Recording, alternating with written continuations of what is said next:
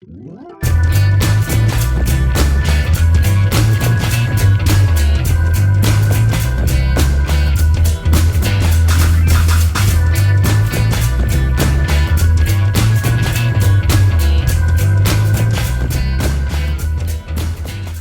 everybody, and welcome to the Marvel Card Collectors Podcast, your weekly digest of hobby goodness. With me this week is, I missed this guy. It's Josh.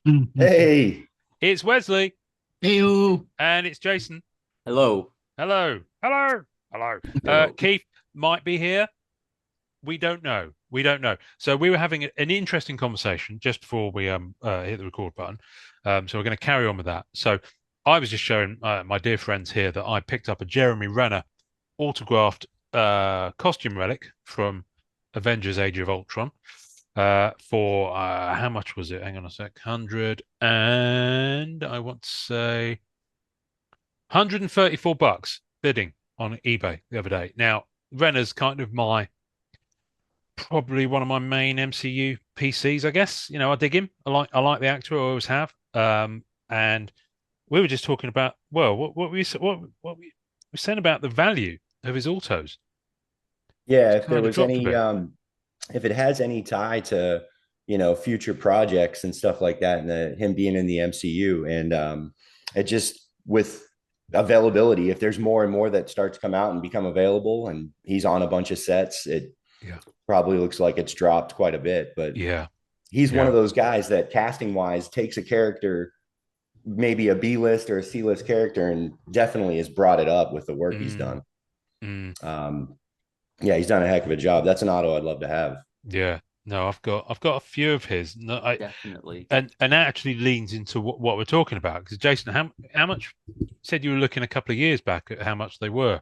Yeah, $250 for some, which is more than I want to pay for an autograph, but in the 100 range or 200 range, I could, but I just never been able to pull the trigger on getting one or deciding which one I want, or just, what have you. But it looks like last night I looked on eBay and seems like there's some that are even less than 100 now. Oh, really? Yeah. That's a buy. And that's the thing. He's not, and this is the thing that people forget with a lot of these guys. They've not, Renner's signed for virtually every set that's come out. He was on Endgame, he was on Infinity War, he was on Age of Ultron. I think he was in the Civil War set. He was in Allure, and Allure's the one that's really flooded them. In fact, Allure has flooded the market with a lot of these. I tell you one that was always pretty good. Haley Atwell's always held well, but Allure has seen that drop. I mean, at the time I bought my Allure Haley Atwell auto, it was 100. I saw one sell on group the other day for 60. Now, admittedly, that guy was keen to sell, and so I think he dropped it because he needed the cash. But it just charge different amounts as well. Yes, it's often you know how much that affects the value. But Allure, because aside from the achievements and some of the symmetries, they're all unnumbered. They've got different tiers. They say, group this, group that, and they're one in so many packs, and then the higher the group, the less it is. But Allure is still not sold out. Right. It had blasters, it had hobby boxes. It's still on EPAC. It's been on EPAC for 9 months now. Does Allegiance have autos? Not actor ones. Okay. Not actor ones. Yeah. Well, I mean, creator autos and Now here's the thing. I noticed the other day. Now I won't lie. The Avengers versus X-Men Allegiance set I thought was one of the poorest sets since Kree Skrull War. I just I know that I'm probably in the minority on that one. I don't think it's a great set by any stretch of the imagination. I think some of the artwork is stretching it to work in any form on a card. But there are Chris Bacalo autos in that set. Okay. They're sticker. But when's the last time Chris Bacalo signed for anything? He wasn't in Marvel 80th. He wasn't in Marvel Ages. Right. You know, we've had Sienkiewicz, we've had Claremont, we've had Steranko in all of those sets. And the first set with Chris Bacalow back, if you pardon the pun, is Avengers versus X-Men. And it's just kind of crept in. And maybe it's just me not noticing it for the longest time. But isn't that worth shouting about? I mean, it's Chris Bacalow, for goodness sake. You know. Yeah, and I've been. I mean, it's been a while since I've been to a con, but I went to a bunch between 2014 and 19, and saw a lot of people at cons from all over the comic industry. And I don't know if I ever saw or heard of him at a con, so I don't know how much he's signed in general. Yeah. So, yeah. He's a good one to get. He doesn't do much. I think he signed on. I don't think he signed on Marvel Beginnings, the OG one. I have a feeling that he signed. So I'm looking at my phone because I know I've got photos of this somewhere, but who knows where they are. I have a feeling he's on the Marvel Masterpieces 2008 writer autos or creator autos. Actually, no, he's not a writer, so he can't be. Okay. Who knows? But anyway, Chris Bacalow, I think, in the same way, John Romita Jr., I mean, his signature's not the most flashy in the world. It's JRJR. Yeah. But for as far as I know, it's always been like that. So don't think that's any surprise to anyone. But you can pick up his auto for like 20, $30 on some of these recent sets. The Marvel Beginnings ones are vastly superior to the Avengers versus X-Men ones. So yeah. Let me just. Did anybody see, not to get too far away from Jeremy Renner, but did anybody see the interview with him and Jimmy Kimmel after talking about his accident? No. If you haven't, you should check it out. He talks about what happens. I guess there was a bunch of snow where he's at for like a week straight, and they were trying to get out. Yeah. And him and his nephew went out to try to move some snow around, and they used one of these big snowcats, and the snowcat got away from somebody and started to, I guess, crush his nephew. And it was on its way to get his nephew. Oh, yeah. That's what it was. Yeah. And he, tried to jump onto the snowcat and got caught up in the tracks. Yeah. Oh wow. Yeah, that's just awful, isn't it? It's a good interview if you. Yeah, I mean, I've heard about the X, but not in detail. Not. Right. There's also on Disney a like kind of a long sort of Dateline-esque special with Diane Sawyer, and I think it was the first sit down he had since his operation, and you kind of see his accident, and you see kind of the whole process and interviews with the families and the neighbors that eventually found him and saved him. And it's just imagine waking up in the hospital and the Avengers are there to make sure you're okay. Like it's literally the end of Avengers 1 after the work. You wake up and you come out and it's like, okay, guys, we're all right. That's funny. Let's run it back. Listen, I've got a lot of time for Renner. I know Amanda's going to be listening to this and seething for some reason she doesn't like him, but I think that's more Hawkeye related than Renner related. At least I hope it hasn't. Or maybe he just stiffed her for a tip one day if she was working in a restaurant where he was eating. I don't know. I'm just assuming she worked in the service industry at some point, which is probably hugely insulting. Anyway, Amanda, I love you, but let's move on.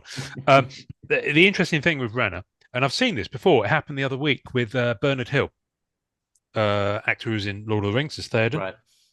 It's been in an awful lot of other really good stuff as well, some of which you might not know of because he's more of a UK-based actor. But in typical fashion, he passed away, and his Lord of the Rings autos went like that overnight. So you can guarantee that if that snowplow had got the better of Renner, then, well, he'd have been on the Allure set because they were all signed already. Right. But I can guarantee that the price of his autos would have held, if not gone up, regardless of how many of them out there. Have you seen the really interesting thing? I mean, no, Patrick Stewart and Ian McKellen, their autos have steadily gone up over the last few years. Now, it's not like either of them are shy of signing. There's especially Patrick Stewart. there's probably, off the top of my head, looking at eBay over the past few weeks, because I've got safe searches for Patrick Stewart autos now, I've counted at least 20 different Star Trek types of card that he's signed. None of them are numbered. All of them are packaged, apart from Star Trek Insurrection. I think that was a redemption one, but pretty much all of them are in there. Some of them are incentives from Rittenhouse sets, and obviously the Star Trek Picard ones are they're oversized, because I don't think he's as good as signing small now. So a lot of those are bigger ones. He's getting on a bit. Yeah, but I do wonder whether it's not. Obviously, they are at a certain level whereby, yes, their autos are probably worth that, but there's no shortage of supply. So I'm wondering if it's kind of a preemptive step up in value by virtue of the fact they're both in their 80s. Right. Yes. I know it sounds awful, but people do. I've seen it happen. I remember when William Hurt passed away. Any cards of his just went up in value. I don't think he signed for any Marvel ones, but I think he had signed before. And you see it happen. Ray Stevenson. There's a good Marvel one. The guy played Volstagg. Right. His autos, not they were $40-$50 autos in Black Diamond. And now you'd be lucky to pick one up for $150-$200. Right. So there's a kind of a weird kind of gallows mentality to it, to the market that does that. Having just checked, by the way, Masterpieces 2008, it was indeed a writer autograph card, so Chris MacLeod did not appear in that set. I just wanted to sense check that.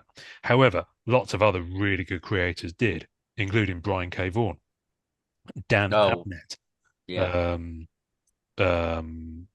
David Mack, Roger Stern, Mike Barron, Larry Harmer. It's a brilliant Howard Mackey. It's such a good auto set, that one. Anyway, but no, that's it. That's interesting, Jason, about the Renault auto values. But you can now pick his autos up for $100. Yeah. I did an eBay search late last night because I pulled a second Andrew Garfield auto out of No Way Home. Nice. And looking to maybe trade it for another actor auto that I don't, How are the Garfield autos doing now? I know there's a couple talked about projects that he's going to be doing in the future. So I can. His original ones from the Amazing Spider-Man movies he did, 15 years ago now? I think they've held, but these new ones, they are a lot lower. I'd say they're a quarter of the price. Yeah, he signed quite a bit for this set. Yeah, he signed quite a bit for this set. But they're still I'm watching one right now to see where it ends up on eBay. But yeah, I've got the ensemble auto and then the logo patch auto. Nice. See, I heard some whispers about something in the works with him doing another Amazing Spider-Man. Oh, wow. Okay. Because there was a lot of rumors after, no spoilers for No Way Home, but there's been rumors that I think fans are wanting a fourth Toby and a third Andrew movie, with in that their own respective universes. Yeah. Okay. Yeah. Right. And then, Ghost Spider and some of the other things in the Amazing Spider universe, they have if anyone's listening right now from Sony, who own the rights to all that stuff, and Marvel, who, have done those new movies, please don't do a Black Cat movie of any kind. Because chances are, Sony, if you do it in and of your own volition, you'll fuck it up like you did Madam Web and Morbius. And Black Cat will just be a laughing stock. Now, actually, if you did that, that might tank the value of all of her cards. So actually, it's a risk. But if they pull it off and they cast someone like Sydney Sweeney, I seriously, I'm gonna have to move out. I'm gonna be in a cardboard box or a shopping trolley or something like that. I'm not sure I could cope with that.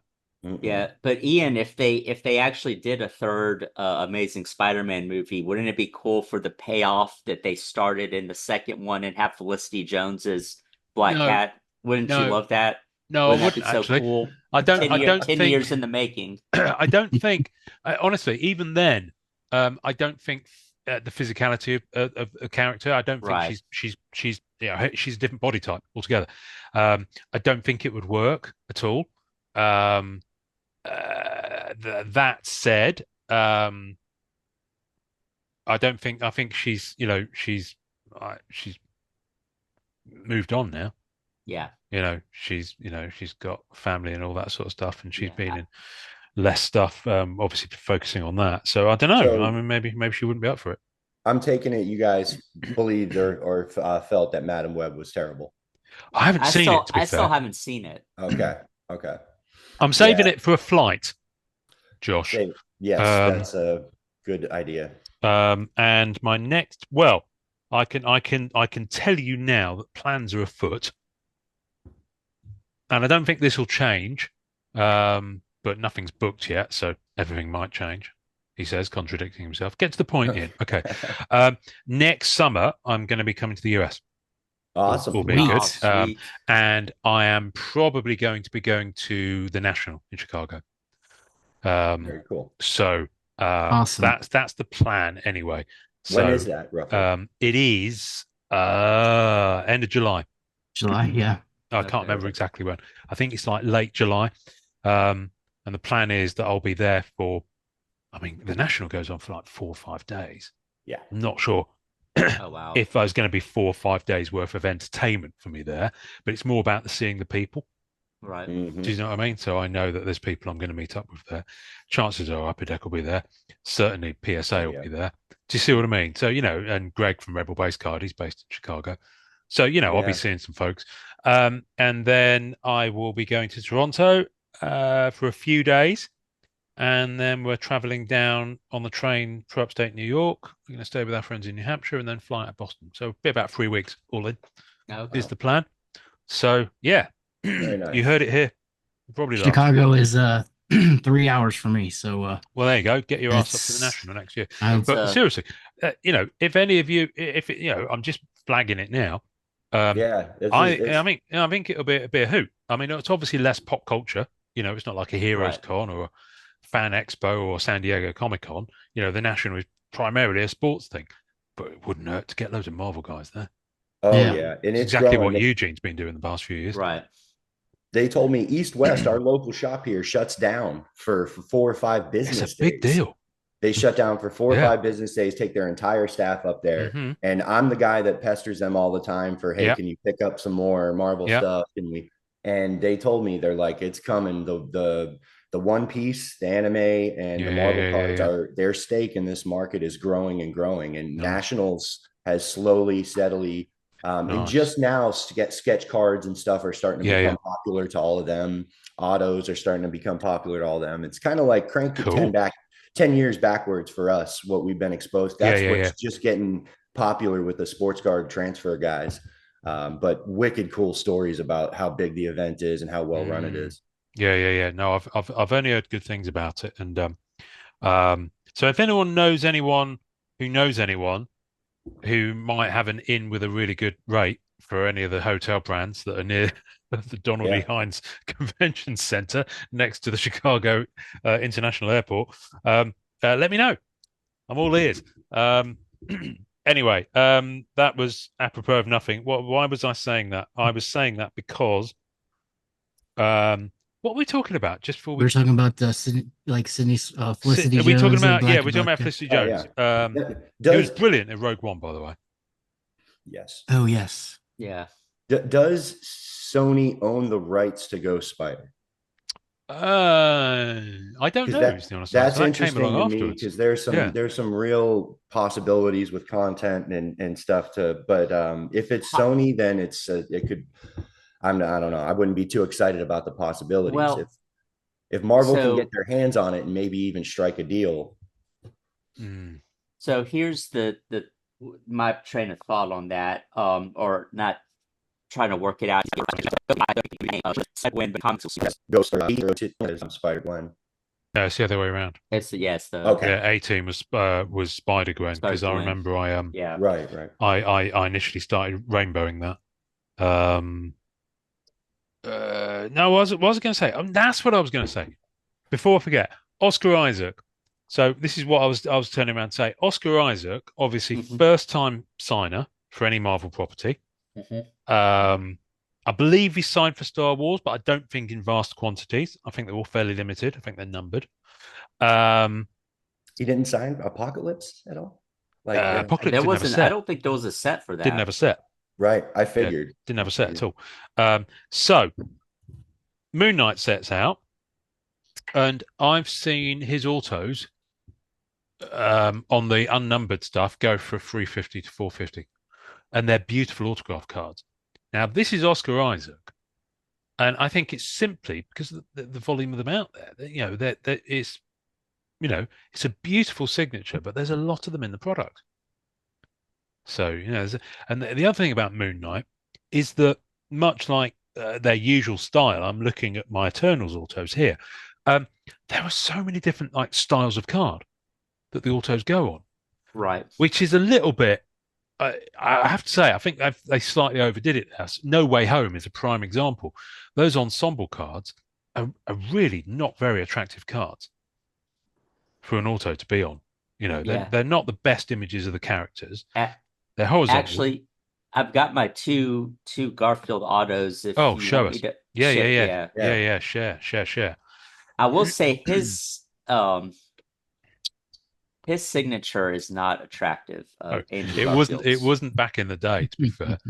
I'd put some time into it, you know. I mean, it's just like it feels worth it. So you see that one on the left. See, that's the keeper. That's your keeper. This one? That one's that's the good one. Sorry, I might have said ensemble just now. It's not the one I meant. The action ones aren't very good. I kind of like the action ones for some reason, but I don't. I like them portrait. I'm much more of a fan of portrait style autos. Right. I mean, I'll take a landscape if there's no. That one, I don't know. Yeah, it's tiny, isn't it? I mean, it's a tiny space. So this one's the more rare of the two. Yeah. And I haven't seen really any comps or anything for sale on this one, but so I don't know. I'm keeping one of them. Yeah, my 2 cents. And this is at the end of the day, it's subjective.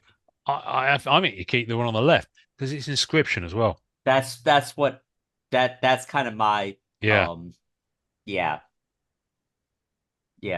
I mean, I like the patch, but ghastly, but yeah.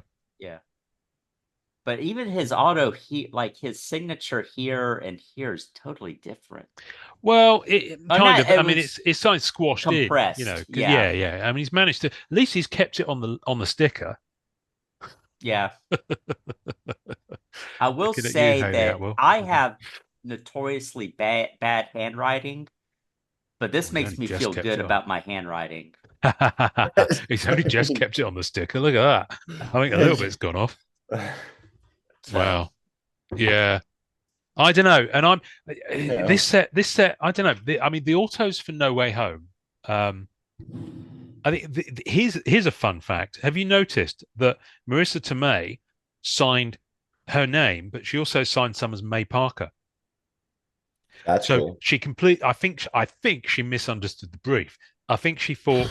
I think because the May Parker ones are obviously supposed to be inscription, but there are auto cards in the set that are just signed May Parker. Oh wow! Marissa Tomei's auto isn't on there at all. I find that absolutely hilarious. Yeah, I think that's so cool. It's like there's an actress who was in. I think I've said this before on the podcast. There was an actress who was in.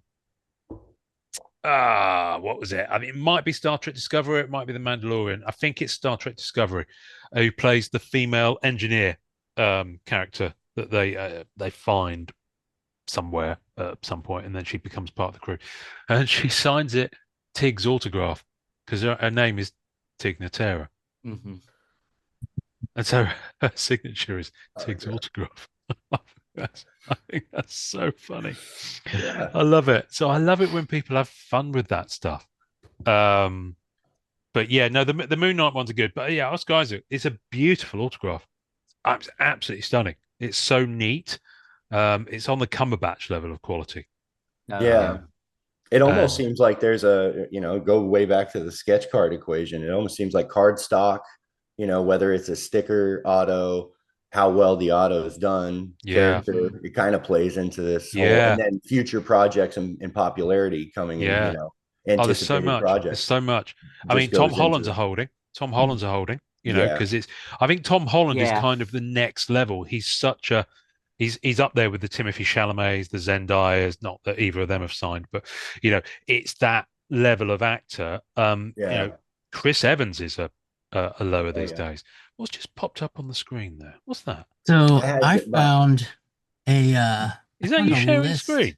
Well, I'm trying to I was trying to do something fancy, but it didn't really work. I can just see a massive advert over the top of whatever it is you've got there. Yeah, but you can't see the list. I was gonna say, why don't you share screen? I found a list of the of all the it's gone. characters that Sony own for okay. The and I guess I could, well, let me try this. Hold on. Well, I did just try and make you spotlight when you had it on your screen, but you took it off again. So let's do that again. For those on audio, sorry. Never accept cookies because you'll only get fat. And they'll be able to follow you around the internet. The perfect pout for nights out. Oh, wow, Wesley, they know what your buying preferences are. Shop beauty deals. Oh, now we've got two of them. What's going on right now, Wesley? Come on. There we go. Right. Oh, wait. I think I got it. You're getting too fancy. I have no idea what's happening right now. On the left the algorithm's about to show us your whole life and everything. Okay, so I can't get it to. That's my fault. I suck.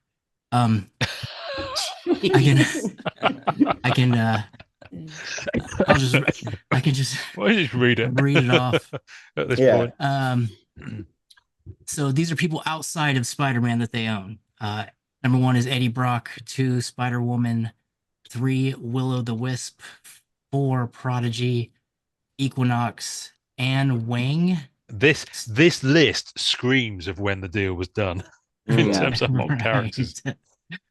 Steel Spider, Sandman, Hornet, Wraith, Sleeper, Maddie Franklin, Puma, Ricochet, Morbius, Flash Thompson, Spider Girl, Corazon, Silver Sable, Dusk, Jackpot, Toxin, Ben Riley, Bobby Brown, Sentry, Black Cat, our Black Cat, Agony, Julia Carpenter, Light Bright, Firearm, Nightwatch, Phage, Kane, Maneater, Bomb Blast, Sally Averill, Lasher, Madam Web, Cardiac, Screech, Shock SHOC, Riot, Ezekiel, Molten Man, Wraith, Hybrid. It was definitely an early noughties deal, wasn't it?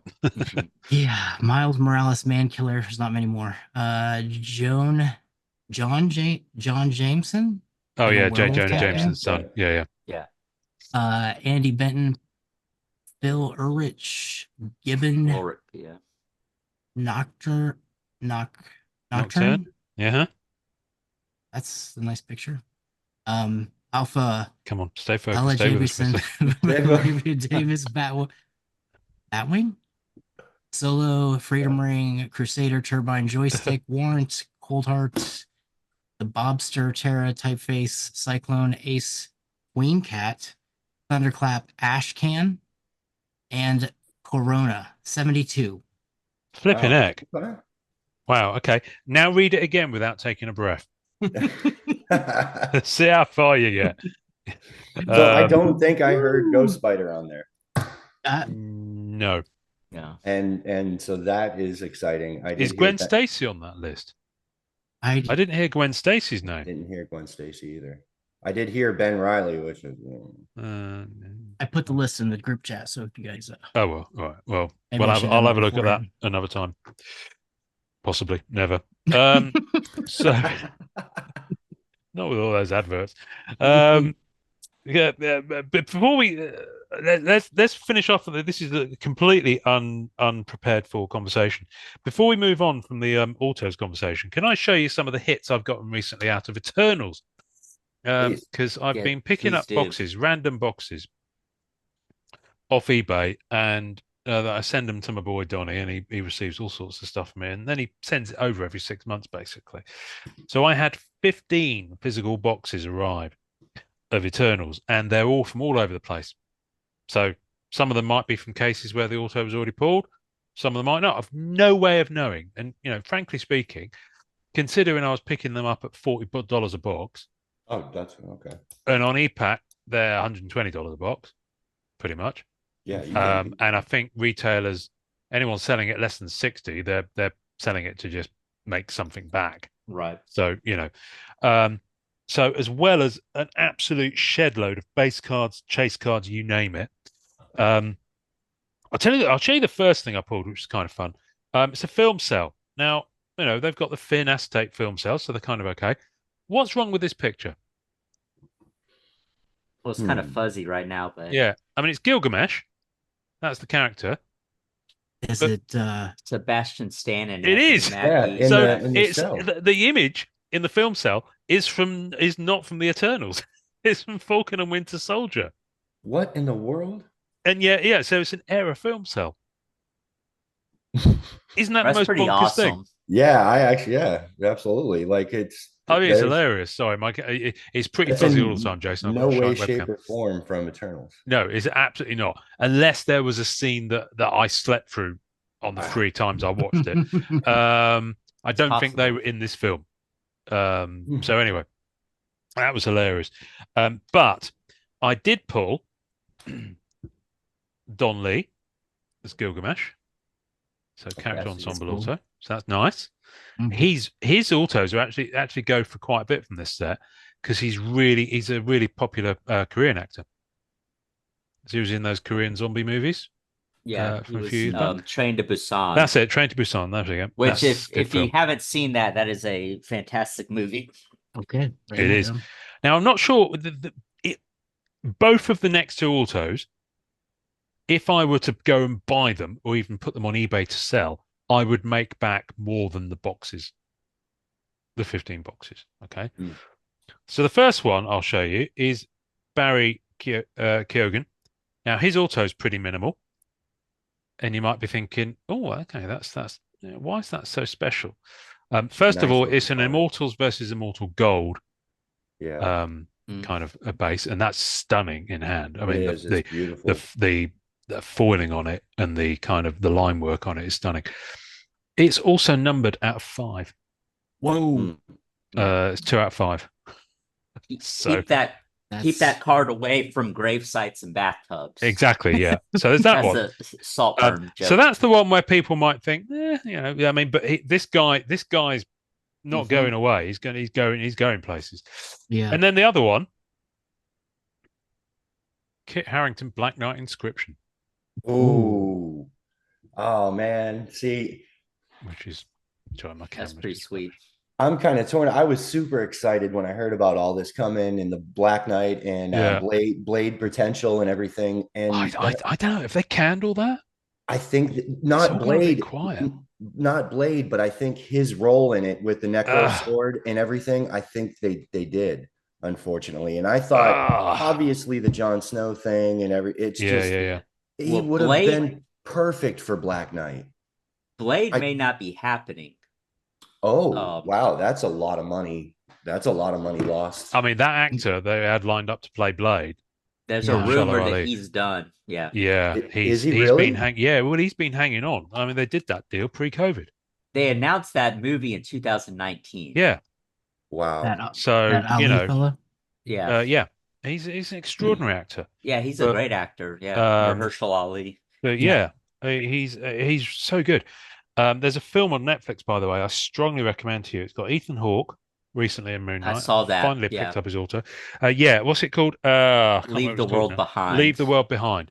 It's really good. Ethan Hawke, Julia Roberts. I agree. It's so good. The soundtrack is good on it as well, and it's properly unsettling as well. I love the ending. Yeah, no, it's really good. So who here's seen it? I haven't. You haven't seen it, right? No. So 3 out of the 4 of us. I'm not going to say any spoilers, but this won't spoil the film for you. But there is a repeated thing where the camera goes up and down between floors of a house, and it's very cleverly done, like Panic Room, Jodie Foster. David Fincher did that a lot as well. Mm-hmm. And the painting in the bedroom of the house that they're staying in, Julia Roberts and Ethan Hawke above their bed, is of a sea. Okay. Watch the movie again and notice that the painting, the first time you see it, the sea is calm. You see it 3 more times during the movie, and each time the sea is rougher and rougher. Oh, and man. It's a really small little detail. It's brilliant, brilliantly done. Brilliantly done. It's one of those little things that I just like. I noticed it on the second viewing. I was like, OMG. You know, that's really cool. Wow. So, there's probably a lot of cool other Easter eggs in that then, if that's... Oh, absolutely. Absolutely. Leave the World Behind. Leave the World Behind. It's on Netflix. Amazing. It's so good. It's a Netflix production, so it won't be going anywhere. It's got a really good soundtrack as well. Anyway, we were going to talk about something else. Let me pull this up first, because this is funny. This will be the episode image for this episode, because very recently, you guys will remember this. Very recently, we had an EPAC outage, did we not? Yep. And then there's a guy in the EPAC group. I think he might be one of the moderators or admins in the EPAC group. A guy called COREY Cheng, and he's got some mad skills on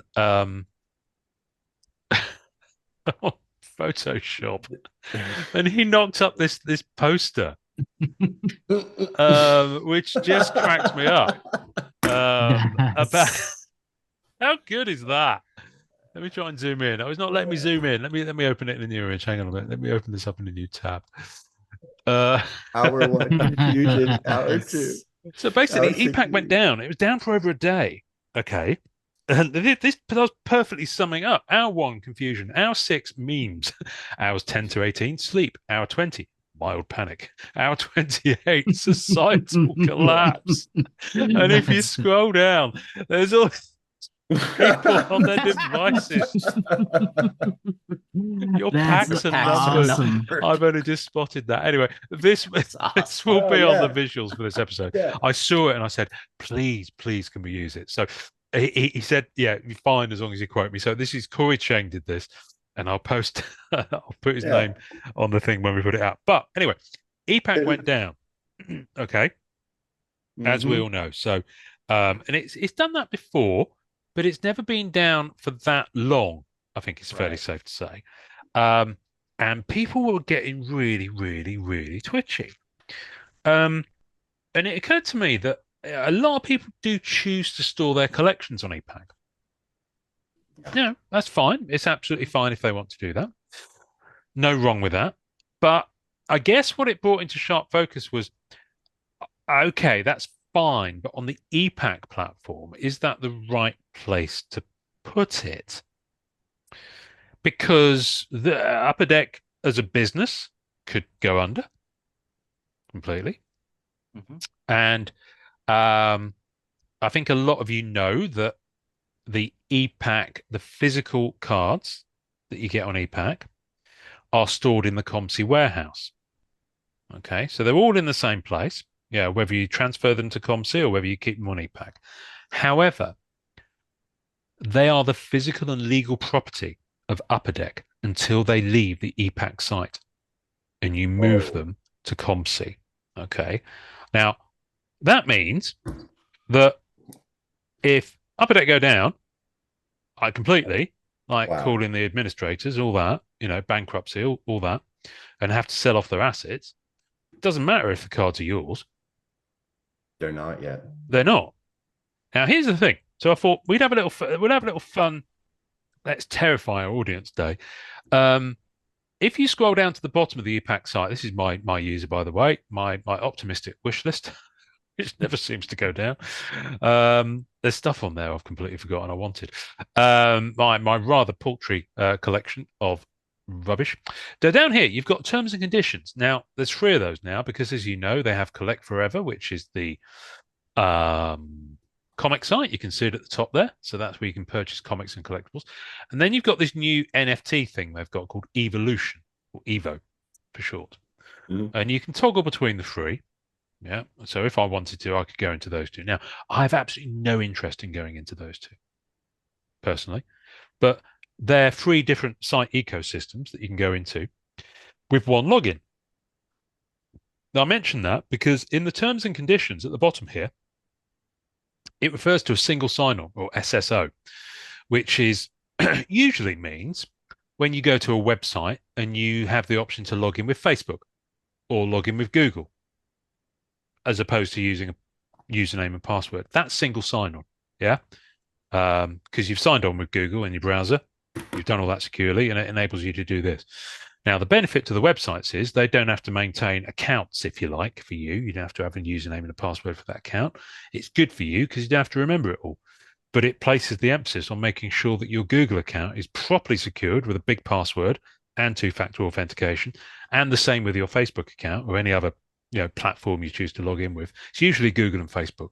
Sometimes there's a few other things at play. Because if you use single sign-on for sites and your Google account is compromised, think about the number of sites people could get access to. So make sure that shit's secure. Change your passwords regularly, kids. I'm talking like every quarter, at least. Yeah. Anyway, the reason I mention that is because they refer to single sign-on in the terms and conditions. Because if you're signed into one of these, you can sign into the others. Yeah, that's what they mean. Yeah, so you've signed in once, you can go into the others. Right. So for terms and conditions. Now, I've read a fair few of these because I work in information security and data governance. So I'm often thrown things to look at and read. Now, I'm not a lawyer, okay, but I've read enough of these, like in detail, to understand kind of what they're trying to do. Now, most of the time, and I'm sure maybe you in your professional businesses have looked through stuff like this. I'm looking at you, Wesley, in terms of some of the agreements you signed for finance. You might be familiar with some of this stuff. Jason, I don't know if you've ever done anything like this, or Josh, but there are 3 things that any terms and conditions does between you and whatever brand or other party it is. The first thing is they give you the framework, the legal framework, that both parties will conduct themselves according to relevant laws. Okay, so that's the first thing. The second thing is it tells you what you can and can't do. But the third most biggest thing is, especially in America, I mean, this is universal, but especially in America where people sue each other for just looking at them the wrong way, this is entirely designed to minimize and or nullify upper decks liability for anything. Okay, with that in mind, let's dive in and see what it says about what happens to your collection should EPAC go missing. I will say at the start, I'm not going to go through the whole thing, and obviously it would help if you're watching this on YouTube, but it's not the end of the world. I'm not going to read the whole thing, but what I am going to do is just go through and say, it's got pretty standard conditions on it. So, first section is about acceptance. Basically, you accept that you meet, you go through all this, that you accept all of this agreement if you're using the website. Okay. Now, the second part is interesting. Okay. The website provides users the opportunity to purchase certain items on the website, which can be opened digitally. They're collectively known digital items, with the option, where applicable, to receive the physical counterpart to those digital items, which is known as a physical items. The digital items and physical items are collectively referenced herein as the items.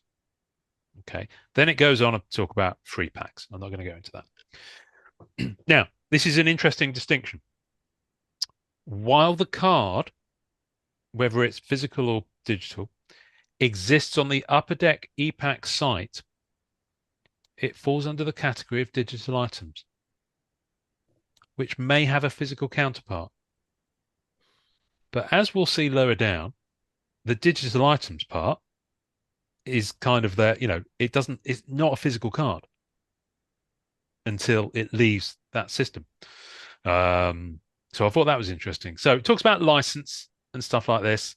Now, this is interesting. The website provides users with the ability to instantly purchase certain digital items, which grants users a license to access the digital representation of a physical item. Okay, so again, there's that distinction. If you buy a card and it has that Andrew Garfield auto in, Jason, now you've always understood that to be you've purchased a physical card, yeah? Correct. Yeah. While it's still on EPAC, it's not. It's a digital item. You have a license to see a representation of the physical item. Right. In which case it's an actual scan. But the actual image you're seeing is still a digital image. Interesting. Yeah. So this is very interesting. And the reason I'm saying all this is because it's kind of it all ladders up to the liability section that we're going to get to, which might terrify you. Now, I will at this point say it is entirely possible I've misread this. It is entirely possible that I will make mistakes. So don't take my word for it. I am not a lawyer. I am simply someone that in the course of his professional career reads a lot of these things, and I'm used to spotting where legal terms define something in a certain way, and I'm used to spotting the reasons why it's different to what you might expect it to be. Okay, but I might be wrong, because American law and American contracts do differ from European ones. But that being said, so far what's really catching me off guard is that even though it's a digital with a physical, counterpart, I would imagine, in my brain, I pictured almost like an NFT or code being created for every card, and therefore that existing as the physical simultaneously with the digital. I didn't think that they would be able to create the verbiage to where there's a line in the sand as until you go to, because I'm transferring right now, until it transfers over, because we're not just talking about collapse from the company's standpoint. I mean, if the website goes, the place burnt down back in '96. Yes. So these things have happened once before; they can happen again. Yeah. That is crazy verbiage that they've somehow gotten away with. I mean, the thing. I mean, we've all accepted this. That's the thing. So this is the way it is. Right. But I'm sure if you really did this and went through, the app, if you got an iPhone, as soon as you get an upgrade, you just scroll through all that and just click agree. You don't read any of it. No, I've given away kidneys and. Yeah, exactly. So your firstborn belongs to Tim Cook at Apple, and he sacrifices them to. Wow. Anyway, for eternal life. Yeah, exactly. Well, it didn't. To be fair, that didn't work for Steve Jobs. So I think it's unlikely to work for him. But he got in the program late. But the interesting thing, but I think both of those two things can be true at the same time here. I think there is a unique digital code for every item, be it digital or physical. Right. And it does marry up with a physical item. Here's the thing. UDC, which is Upper Deck company, I believe, reserves the right to change, suspend, or discontinue the website and or availability of any feature, item, or content for any reason at any time, with or without notice, and without liability to you or any third party, except as may be otherwise provided in this agreement. Spoiler, there isn't any. And as a result, the license to any digital items shall be revoked. Okay? So that's the first thing. Okay? So that's the first thing. Restrictions on the use of website. Now, this section's pretty standard. It's basically saying don't hack it, don't copy it, don't try and decipher the technology, all that sort of stuff. That's standard stuff. Doesn't it say on there too, like, not to interrupt, but did I see somewhere else that says don't sell your account? That's at the bottom. These were last updated July last year. No, that's fine. And they obviously have added to it with the addition of Collect Forever and Evo, but they've also added to it, I think, just to evolve it in terms of the fact they've seen users doing some things and they thought, oh shit, they're doing this. Quick, add something to the terms and conditions that means that we're not liable should someone sell something and someone else pay PayPal friends and family and then scarper with the money. Do you see what I mean? Is that kind of thing? I think, but it used to be that they were and they still do in the chat actually. That you're not allowed to solicit stuff for sale in the chat. Now, I can't remember the last time I saw someone get pulled for it. I don't know how active UD are in the chat these days. They used to be a lot more active than I perceive them being today, but I might be wrong because I'm not on there as much. Anyway, so there's another additional clause here where access to your account is limited by Upper Deck for 12 consecutive months or more. So this is where you've violated the restrictions of this agreement, okay? Where your account is limited for 12 consecutive months, Upper Deck has the right to permanently disable and remove all contents from that account or any account within the SSO environment. So that's They're basically talking about any three of the websites, yeah? Including but not limited to any and all items. So we know what items are. They're your cards. But they could be your Funko Pop. They could be your comic. They could be your NFT thing. So, it covers up. All determinations will be made by Upper Deck in its sole discretion on a case-by-case basis, taking into consideration the severity of the violation or attempted violation. Anyway, so basically, that's saying that if you do something wrong, we can close down your account and you might lose access to the card. So I think that's fair enough if you've done something wrong, if you violated the terms of this agreement. But that's not talking about the fact that the website goes down. So I'm gonna speed through a little bit. Account information and removing account information, account disputes, age restrictions, public safety. That's just in there to cover their ass. Right. It's like with me. I work in a desk job, and yet every year I have to go and undergo a course in manual handling. If I worked in a warehouse, that would make a lot more sense. So some of the stuff in here is just like a legal requirement anyway. There's all sorts of stuff in here about redemptions and achievements. I'm not going to go into that. I'm going to let you read that because that's not what we're talking about. Payment and shipping information, sale of autographed items. I'm going to come back to that. Okay. Remind me on that. We're going to come back to the sale of autographed items in a minute. Right. Returns, refunds, exchanges. Basically saying that's it. All items are non-returnable, non-refundable, non-exchangeable. Okay, that's standard, yeah? Denial of access and termination is an interesting clause. Clause 17, kids. Wesley's making notes here. Upper Deck may terminate, limit access to, or suspend indefinitely your account on the website and any and all of their functions, any and all related services, and any registered account immediately without liability for any reason and without notice, including without limitation, if you breach any terms of this agreement. So for any reason, okay, they can boot you. They can boot you. Okay. There's all sorts of stuff. Now they do go on to say that if they choose to do that, if they do terminate it, you've got 14 days to transfer or ship items. Okay. So there's a little bit of leeway there, which is fine. I think that's fair enough. If they're going to boot you, they do say that they're going to give you 2 weeks to get your stuff out. Okay. Here's the bit. Now this part, I've noticed this on a lot of American terms and conditions over the past 2 years in my current role. This part always seems to be in capital letters because it's obviously super important and we have to shout it at you. Right. Okay. This is the bit. Okay. The website, items, and we know what that is. Free packs, chat function, materials, any related services, and the content, materials, or information contained within are provided as is, in quotes, and as available, in quotes, with all faults. Upper Deck makes no representations or warranties whatsoever and of any kind, either express or implied, including, but not limited to, any implied warranties of merchantability, fitness for a particular purchase, and non-infringement as to the website, items, free packs, chat function, related services, and all content, materials, or information contained within.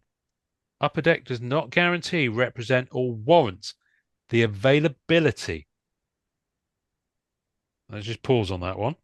Value, completeness, timeliness, functionality, reliability, sequencing, or speed of delivery of the website, items, and or of the content.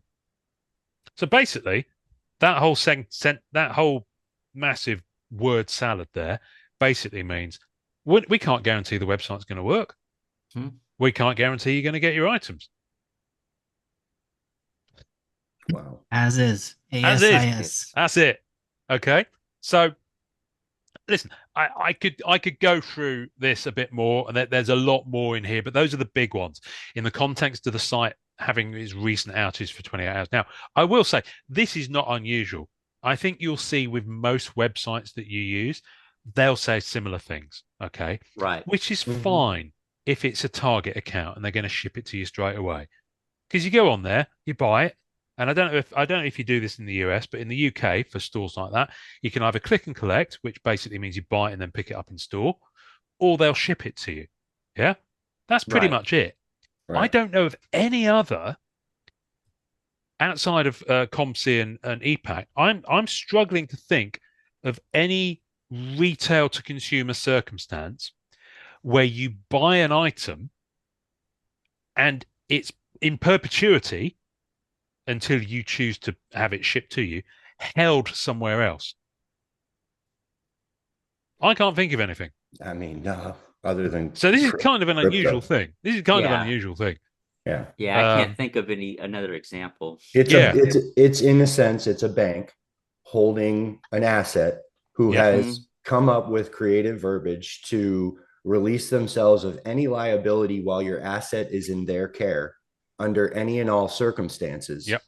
And that's a thing, that's a thing. Usually the people who hold your money are responsible for your money. Now, here's the thing. Okay. There's a little postscript to this in the clause below 21, which is why I think it's really important for people to understand the distinction between Upper Deck as a legal entity and COMC as a legal entity. They are separate parties. Okay. Right. COMC may have a contract with Upper Deck to do the physical fulfillment, and the physical representations of these digital items are stored in COMC's warehouse. However, Upper Deck makes no representations whatsoever about any other website that you may access through the sorry, I'm skipping bits now, that you may access through the website. Upper Deck does not support any third-party apps or extensions, including but not limited to Google extensions.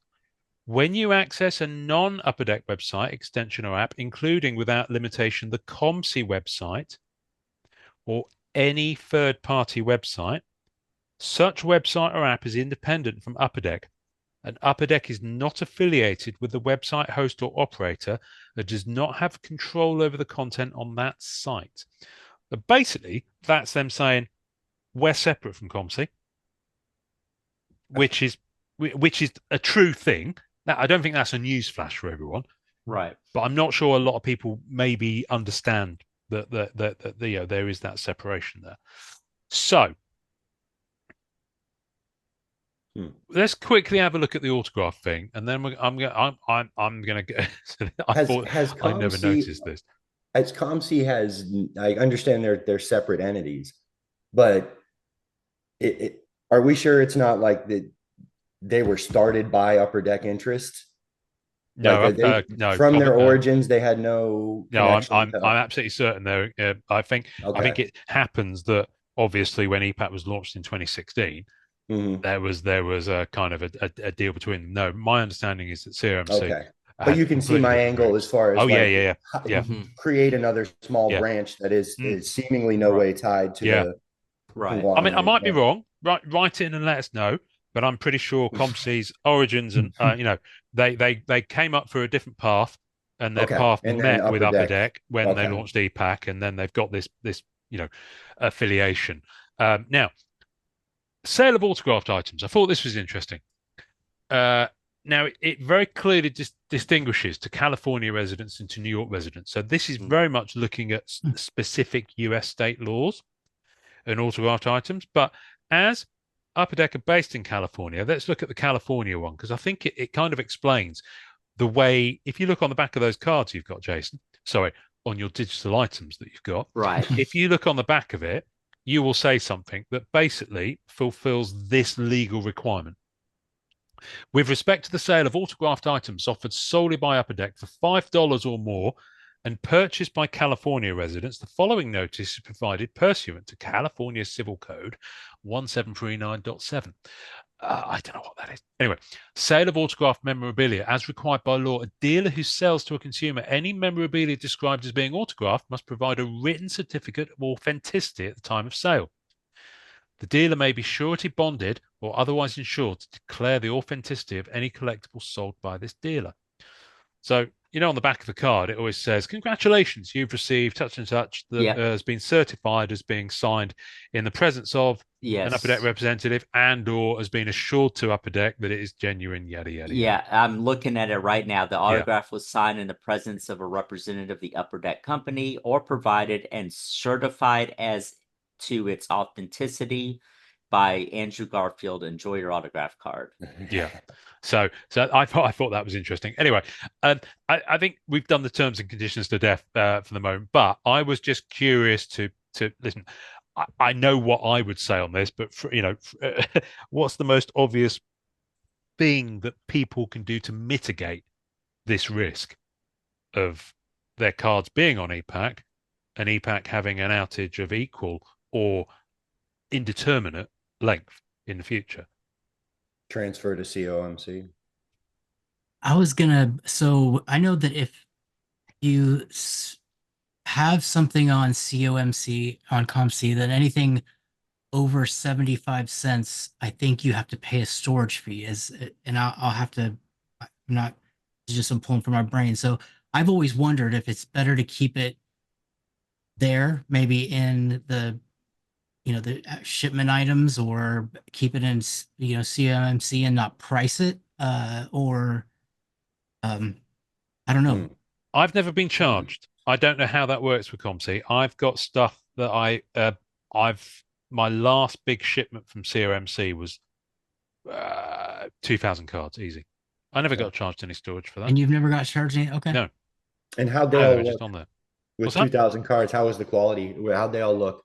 I mean, they were fine when I got them. Okay. I don't think there's any issues. I've had the absolute best luck with every shipment from COMC. The cards have been absolutely perfect. Yeah, I don't think I've had any issues. I mean, outside of the issues that we see when we bust physical stuff, because it's all printed at the same time.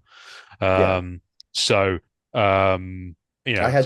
speaking, QA issues with a set will follow through whether you're buying it through one or the other. I had such a good experience there with that it promoted my participation in EPAC because of what I saw firsthand from they were all crisp. They were all well packed. Everything graded out incredibly high. I was very happy. Yeah. I mean, the thing is, once you move an item from EPAC to COMC, it's one-way street. You can't move it back. Yep. So if you're going to do that, you need to know for sure that you are not going to you're not going to change your mind, So personally, what I do is I've got my transfer cart. So everything that's not in my collection, be it locked or otherwise, that I know I'm going to eventually ship home, I'll put in my transfer cart on EPAC, which I kind of think of like the train station in Matrix 3, where Neo goes for a little bit. It's neither here nor there, because it's out of Gen Pop on the EPAC site. Because you'll notice when you look at your transfer cart, you can't search it. There's no filtering. It just scrolls for days if you've got a lot of stuff in there, and it's a bit of a bugger. But if it's in there, it's still on the EPAC site. It hasn't reached COMC yet.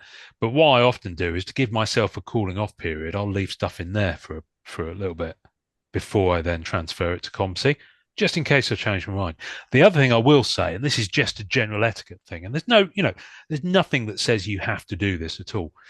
But where I can, I'll always, if something has a value to be combined or redeemed on the EPAC site, I'll see if there's someone who needs it in an unredeemed version before I transfer it off. Just because it's, a cool thing to do. There's no obligation for you to do that. Give somebody a chance to do. But because obviously, if there is an achievement that's pretty limited, there's only so many cards, and you just wanted the cards, you don't care about the achievement, then you transfer it off. That's one fewer collector that can reach that goal. Yeah, we definitely want to see all those achievements, as many of them as possible, get redeemed and get out there. And exactly. Right. You want to free the cards. So my advice on that is transfer to COMC, but maybe kind of do it little and often.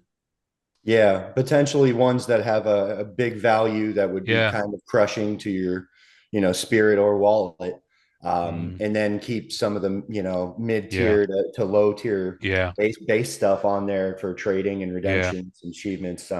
But the bigger value stuff doesn't tend to be part of any achievement or redemption build anyway.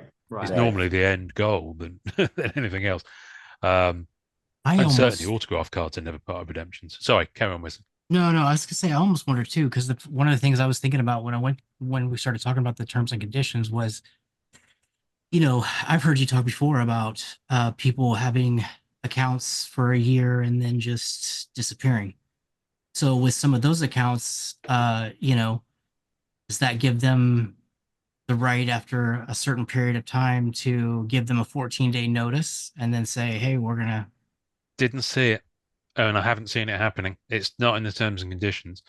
Um, I've said before on the podcast that I I really, really, really, really wish Upper Deck would do some sort of storage wars kind of vibe with dormant accounts. Yeah, I mean, there's people who have met their untimely, not to be morbid, but some who people have well, Rodney, I mean, guy, passed away. And they might not be talking to everybody about the massive cachet of very valuable cards on their EPAC account. And man, if we could talk to them from wherever, they would want those to go back into the pop of things. That's what I would want with mine. Well, yeah. And I know it's a scary thing considering the number of people in group I know who buy a lot on EPAC and don't tell their spouse. But wow, yeah. Make sure, seriously, divorce here. It's the old adage.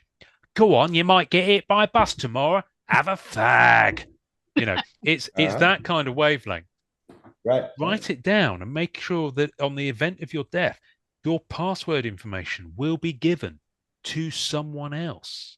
Yes. Yeah. That's a good point. Seriously, do that. I'd rather that Upper Deck weren't sat on all that stuff.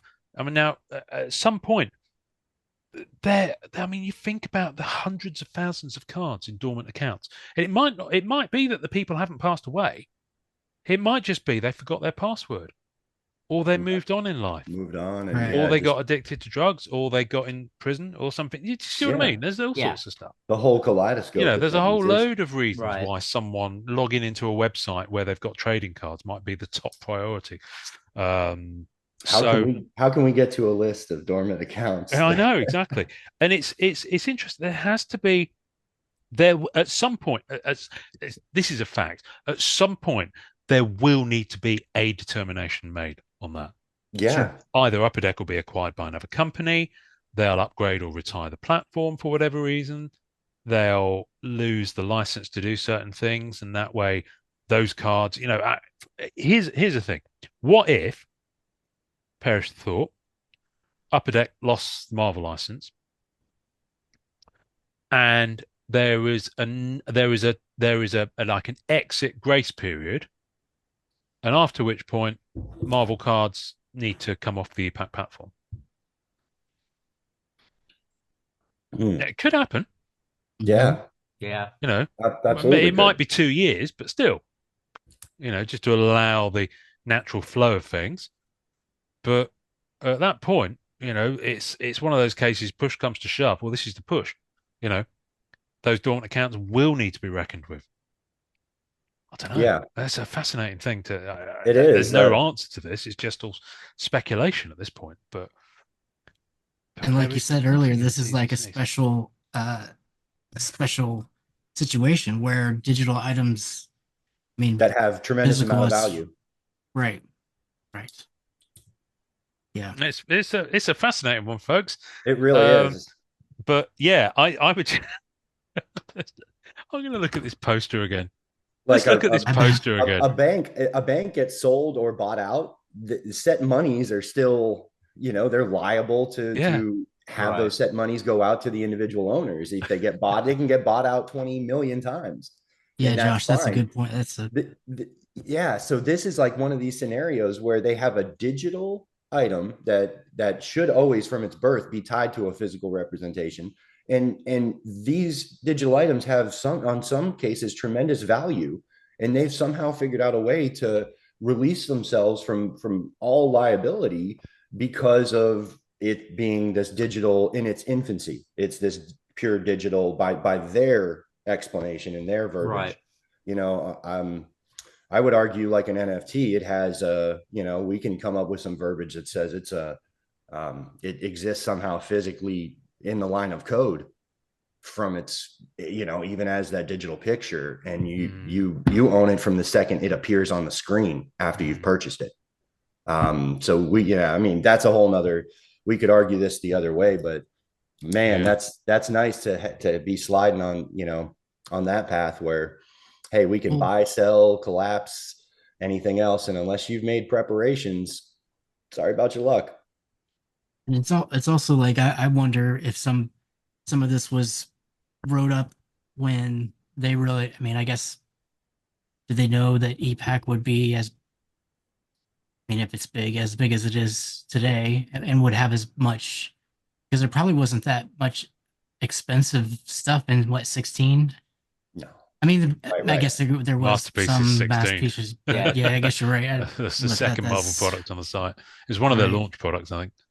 Oh, So was it? maybe Okay. Yeah. Well, I think Captain America 75th was the first one. That was EPAC Right. exclusive, of course. Okay, so I started right around the beginning. I remember Captain America 75th. I have like one or two of those cards, oddly, on I think I've still got a couple of them there as yeah. well. Yeah. And Because it then was free then pack. It was 16. daily free pack, wasn't it? Digital. Yeah, Oh, was that's it really? Wow. yeah. This was like in the beginning when there was just there was Doctor no Strange content. was on there as well. Yep. Yeah, The I Doctor remember when Strange Doctor 3Ds. Strange was a free pack. Yeah, it was Wow. Cap. It was Cap or Doctor Strange. That was your daily choice. Now, as a Marvel collector, I don't think you've got any daily free packs. There's I none. don't. You know, None. and No, they haven't no been for Marvel. quite a while. But no, it is fascinating. It's the thing to bear in mind is that the Marvel, however many sets we feel that we've got on the Marvel side of things, it is dwarfed, absolutely dwarfed by the volume of hockey product on the site. Oh yeah. Which, let's not make any bones about this. That is Upper Deck's bread and butter in terms of this. Right. When I look at the EPAC's marketplace, this is just stuff that's unlocked. Okay. Now, I could break these numbers down. Basketball's got about 152,000 items showing. Disney's got about 300,000 items. Okay. Entertainment's got about 2.8 million. Esports, 161,000. Football, I imagine that's American, well, it's actually Canadian Football League, I think it's their thing. It's got about 859,000. Golf, 450,000. Hockey, 77 million. Wow. 292,158. By comparison to that, Marvel have got 13,436,641 items. So Marvel is definitely second. Actually, no, no, definitely second. But it is, I mean, look at that. I mean, it's 77 million. Yeah. For hockey. So you do a pie chart. It's the most visual. I might actually knock one of those up. Do a pie chart of how much of that pie is hockey and how much of all the other things. And so it's interesting. But it's I like not, that we're a big enough piece of the pie. That number is encouraging. We are now. We are now. Yeah, it didn't used to be that big, and obviously it doesn't account. You know, those numbers represent every item on the website, whether it is digital only. You know, all the free pack cards and all that sort of stuff you can buy. And there are an absolute shed loads of those in some of the hockey products. So where the combines a lot more. I mean, you buy a pack of some of the hockey products, you get like 12 cards in a pack, and 10 of them will be digital. So it's a lot. Right. There's a lot more volume. We're talking 300 card base sets. Yeah. For a lot of these hockey products. So it's fascinating, but still, there's a lot of real money that people have got sat on the Upper Deck platform, day in, day out. And it's a wonderful expression. I don't know if you guys have it in the US or even outside my own head. It is squeaky bum time for people who've got a lot. We've lost Wesley. I got to write these down. The joy of it is you can always just replay this later and write it down. It is squeaky bum time for those people who've got literally tens to hundreds of thousands of dollars worth of cards within the physical cards. Well, no, digital items that have a physical counterpart within the EPAC platform. Yeah. Watch ComC get overwhelmed by everyone. Yeah. So anyway, I like I said, it's just our take on it, my take on it. I thought it was an interesting kind of thing to throw around. But yeah, I mean, listen, even physically, nothing's ever safe. I mean, I've seen so many images of parts of America that just have a subject to natural phenomena like tornadoes. Yeah, we quite happily wipe out someone's house and their collection like that. Right. Yeah, that happened in my town early May. That it kind of came without warning. We've never had we have hurricanes and stuff like that, but tornadoes not always, not a lot. We had 3 tornadoes hit on a Friday morning, Wow. and I was fortunate, but there was other parts of town that were devastated. Yeah. And it's just one of those things that you never. One was a comic shop, and they closed down. They've been around for 35 years. To be fair, the guy's been wanting to close down for 15 of those years, but nature forced his hand. So it's a pre-planned tornado. Yeah, but there's places that were devastated, and it was the night before. It looked like it was going to be in South Georgia, and then at 6:45 in the morning, tornado warning, and it was game on. So you never know what's going to happen. You never know. I mean, we're all on a small rock, relatively to the size of things, floating in space with a very thin layer of atmosphere that's generally quite turbulent. Not a lot of protection. But you guys, when I say you guys, I'm talking about America as a whole. It's a big country, and there's a lot of physical risk, in different parts of the country. We don't have quite as much of that in the UK, but we have an awful lot of floods, and that's getting worse. Our hurricane a year and a half ago brought 16 and a half feet of water. Everybody with a first story home was either on their roof or seeking shelter. And this is a place that's considered like a Corona commercial or a postcard. Yeah. It's absolute paradise. And so by virtue of that, a lot of people probably perceive it's safer there. Yeah. And that's fine. It's up to your own personal risk appetite, the risk, measure of risk. There's no right answer with this. It's just what's right for you.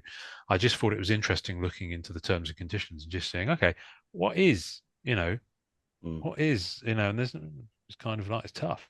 Well, it's good to educate people too, so that they know what to expect. Hopefully, like I say, seek other advice. Get a second opinion. Don't just take this. Never take this podcast as your source of truth. There has to be a bunch of people out there that find a peace of mind in their believed in their mind, their owned collection that they have ownership of. Yeah, being digital and easily protected that way. Yeah. When they move, they're not moving their cards. Exactly. Yeah, I get it. Transfer. I get everything like that, and it brings a sense of security, actually making you want to use the system. So to find out that one of the leading things that makes you use the platform could be just totally smoke and mirrors, because it's not necessarily safe. There's no representations whatsoever to guarantee availability of it. Wow. I think that's the thing people just need to be aware of. I guess no guarantee. I almost feel like this podcast is going to be one of the most commented. Yeah, everyone read your contract. One can hope. Cool. All right, guys. This has been fun. I've got no idea who's going to intro this episode. I'll randomly pick someone, unless you've got any bright ideas who you might want to be on the audio intro. No. Nothing striking. Well, what's the to pick from? Is it anyone that's been around? Oh, recently? We got loads. I'm not going to read them all out to you, but I knew that. You've got sketch card artists, you've got set artists, you've got. I think it'd probably be a little bit churlish to use someone from Upper Deck, so I think we might want to avoid that one this week. Do we have a collector that you've interviewed in the past that did an intro that maybe had some opinions or was vocal during the outage? You know what? No, not really. I don't tend to. I won't lie to you. I haven't really solicited them from collectors, because ultimately, you want someone when this was primarily an audio only podcast. I won't lie to you. You want someone to hear the first few seconds of the podcast, and if it's a voice of someone that they dig, or someone that they like the work of, they'll probably give the podcast a listen.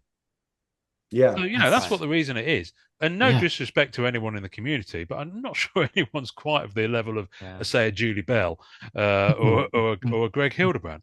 Right. So anyway, I'm. How about Glebe? Do you have any? I had a cool conversation with them recently. Yeah, no, it's going to be on It's on an episode that's about to come out, so people would have heard it. Okay. But simply because I wanted to give them a shout out because they had a rough time recently with a family member. So that was on. You have one for Bella? Bella Ashlyn. Yeah, let's do Bella. Bella Ashlyn. She's one of my favorites. She's great. Bella Ashlyn. So Bella Ashlyn, you will hear at the top of this podcast. I can't remember what her Instagram is, but if you Google, if you search Bella Ashlyn, you will find her. I guarantee it on Instagram. She's got just great stuff, basically. Amazing art, amazing color. And she's a lovely lady. Josh, we haven't seen you for a while, so do you want to sign off this week's episode? Absolutely. Everyone enjoy collecting. Enjoy collecting safely. Safely. With digital items. Read your agreements. Read your agreements. He's got a sign. Got a sign.